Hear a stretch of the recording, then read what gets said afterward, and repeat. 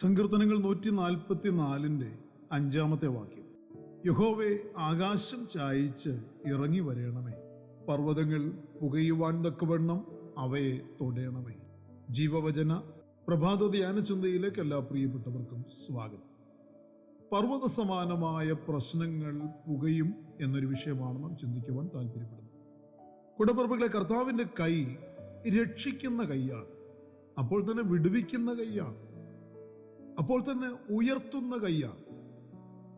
കർത്താവ് കരം നീട്ടി തൊട്ടാൽ അത് സൗഖ്യത്തിന് കാരണമാണ്. കർത്താവിനെ ഒന്ന് തൊടാനും കർത്താവ് എന്നെ ഒന്ന് തൊടണമെന്നും ആഗ്രഹിക്കുന്നവരാണ് ഏറിയ പങ്കാൾക്കാരും. കർത്താവിൻ്റെ സന്ദർശനം ഒരുവനിൽ വലിയ വലിയ മാറ്റങ്ങൾ ഉണ്ടാക്കാൻ പോകുന്നതാണ്.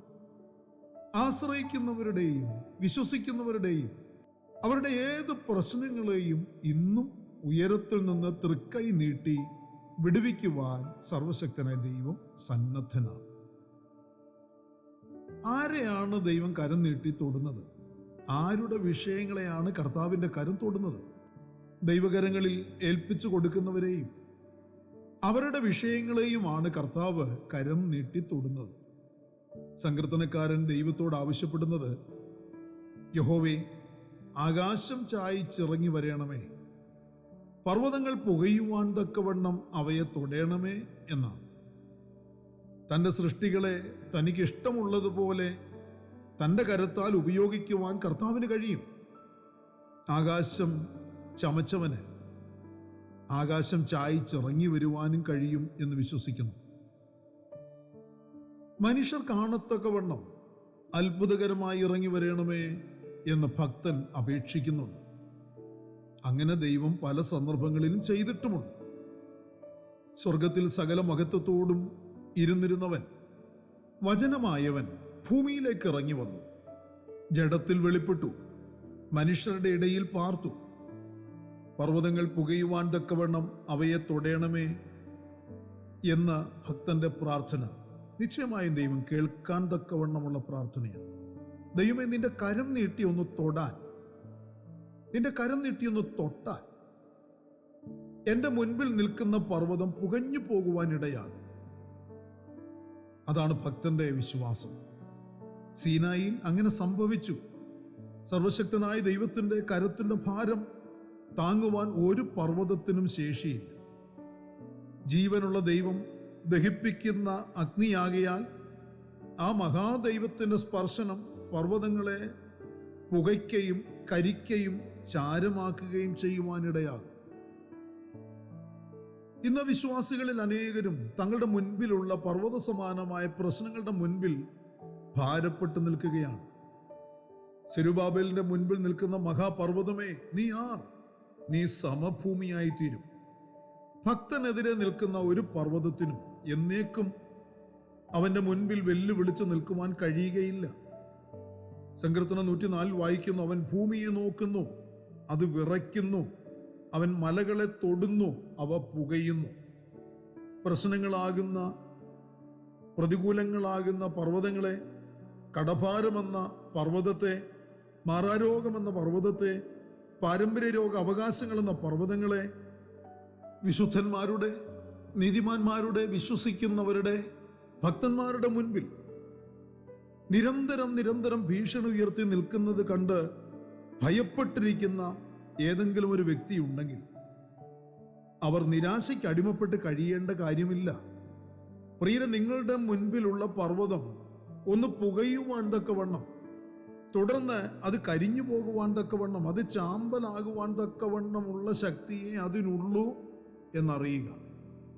പർവ്വത സമാനമായ പ്രശ്നങ്ങൾ എൻ്റെ മുൻപിൽ അവിടെ തന്നെ നിൽക്കണമോ വേണ്ടയോ എന്ന് ഓരോ വിശ്വാസിക്കും തീരുമാനിക്കുവാൻ കഴിയും. കർത്താവിൻ്റെ കരത്തിൻ്റെ വിരൽ ഒന്ന് ആ പർവ്വതത്തെ സ്പർശിച്ചാൽ ആ പർവ്വതം പുകയും, ആ പർവ്വതം കരിയും, ആ പർവ്വതം പൊടിയും. ആരുടെ പ്രശ്നങ്ങളെയാണ് പ്രിയരെ കർത്താവ് തൊടുന്നത്? എൻ്റെ പ്രശ്നങ്ങളെ ഞാൻ തന്നെ കൈകാര്യം ചെയ്തോളാം, അതാരും അറിയണ്ട, ആരും അതിനു വേണ്ടി പ്രാർത്ഥിക്കേണ്ട. ദൈവത്തിന് അതിൽ എന്തു ചെയ്യുവാൻ കഴിയും എന്ന് ചിന്തിക്കുകയും തീരുമാനിക്കുകയും ചെയ്യുന്നവരുടെ പർവ്വതം എക്കാലവും അവിടെ തന്നെ ഭീഷണി മുഴക്കി നിലനിൽക്കും.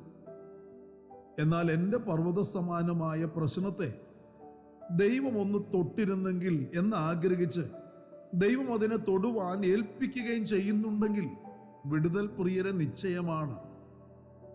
ഒരു പർവ്വതം നിനക്കെതിരെ ഉണ്ടെന്നുള്ള യാഥാർത്ഥ്യത്തെ സമ്മതിക്കുകയും അതെനിക്ക് ഒരു ഭീഷണിയാണ്, അതെൻ്റെ ആത്മീയമായ ജീവിതത്തെ, ഭൗതികമായ ജീവിതത്തെ, എൻ്റെ നന്മകളെ ഒക്കെ, അല്ലെങ്കിൽ എൻ്റെ ആത്മീയ ഭൗതിക നന്മകൾക്ക്, സുഗമമായ വിശ്വാസ ആരാധനകൾക്ക്, എൻ്റെ യാത്രകൾക്കൊക്കെ തടസ്സമാണെന്നും അതിൻ്റെ തടസ്സവാദങ്ങൾ എന്തൊക്കെയാണെന്നും തിരിച്ചറിഞ്ഞ് ദൈവകരങ്ങളിലേക്ക് പ്രിയരെ നിങ്ങളുടെ പ്രശ്നങ്ങളെയും നിങ്ങളെ തന്നെയും സമർപ്പിക്കുക.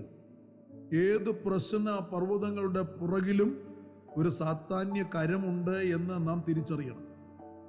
ഒരു വിശ്വാസിക്കെതിരെ പ്രവർത്തിക്കുവാൻ പിശാച് എപ്പോഴും വിശ്വാസിക്ക് ഒരിക്കലും തങ്ങൾക്കെതിരെ അവർ പ്രവർത്തിക്കും എന്ന് പ്രതീക്ഷിക്കുവാനോ വിശ്വസിക്കുവാനോ കഴിയാത്ത വ്യക്തികളെ തന്നെ തൻ്റെ ഇംഗിതത്തിനായി കരങ്ങളിൽ എടുത്ത് ഉപയോഗിച്ചു എന്ന് വന്നേക്കാം.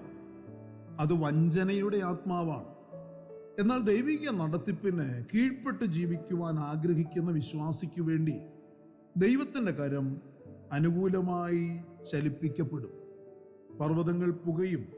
പ്രിയരെ സമർപ്പിച്ച് പ്രാർത്ഥിക്കുന്ന ദൈവമക്കൾ ദൈവിക വിടുതലുകൾ അനുഭവിക്കുവാൻ ഇടയാകും എന്നത് ദൈവവചനം നമുക്ക് നൽകി തരുന്ന ഉറപ്പാണ്. കൂടപ്പുറപ്പുകളെ, വിളിക്കപ്പെട്ട ദൈവമക്കളുടെ സ്വസ്ഥതയെയും സമാധാനത്തെയും കെടുത്തിക്കളയുവാൻ സാത്താൻ കിണഞ്ഞ് ശ്രമിക്കുന്നവനാണ്. അവൻ വ്യത്യസ്ത നിലയിലുള്ള പർവ്വത സമാനമായ പ്രശ്നങ്ങൾ സൃഷ്ടിക്കാറുണ്ട്. എന്നാൽ ദൈവിക ആശ്രയമുള്ള ഒരു ദൈവപൈതൽ അത് തിരിച്ചറിഞ്ഞ ഉടൻ ദൈവകരത്തിൻ്റെ സ്പർശനം ഉണ്ടാകാൻ വേണ്ടി ദൈവത്തിൻ്റെ മുൻപിൽ അത് ഏൽപ്പിക്കുന്നു.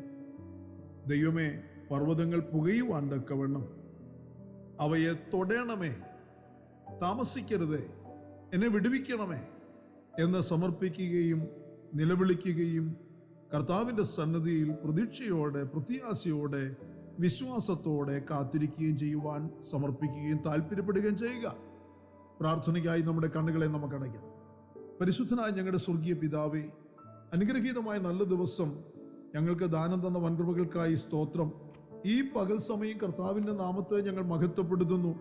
ഞങ്ങൾ കേൾക്കപ്പെട്ട തിരുവചനത്തിൻ്റെ വെളിച്ചത്തിൽ കർത്താവെ, ഞങ്ങൾ വിശ്വാസം വർദ്ധിപ്പിച്ച് കർത്താവിൻ്റെ പ്രവൃത്തിക്ക് വേണ്ടി സമർപ്പിച്ച് പ്രാർത്ഥിച്ച് കാത്തിരിക്കുന്നവരായി തീരുവാൻ, കർത്താവിൻ്റെ കരസ്പർശനത്തിന് വേണ്ടി ആഗ്രഹിക്കുന്നവരായി തീരുവാൻ ഞങ്ങളെ സഹായിക്കണമേ എന്ന് പ്രാർത്ഥിക്കുന്നു. കർത്താവെ, ജനം അനുഗ്രഹിക്കപ്പെടട്ടെ, വിടുവിക്കപ്പെടട്ടെ.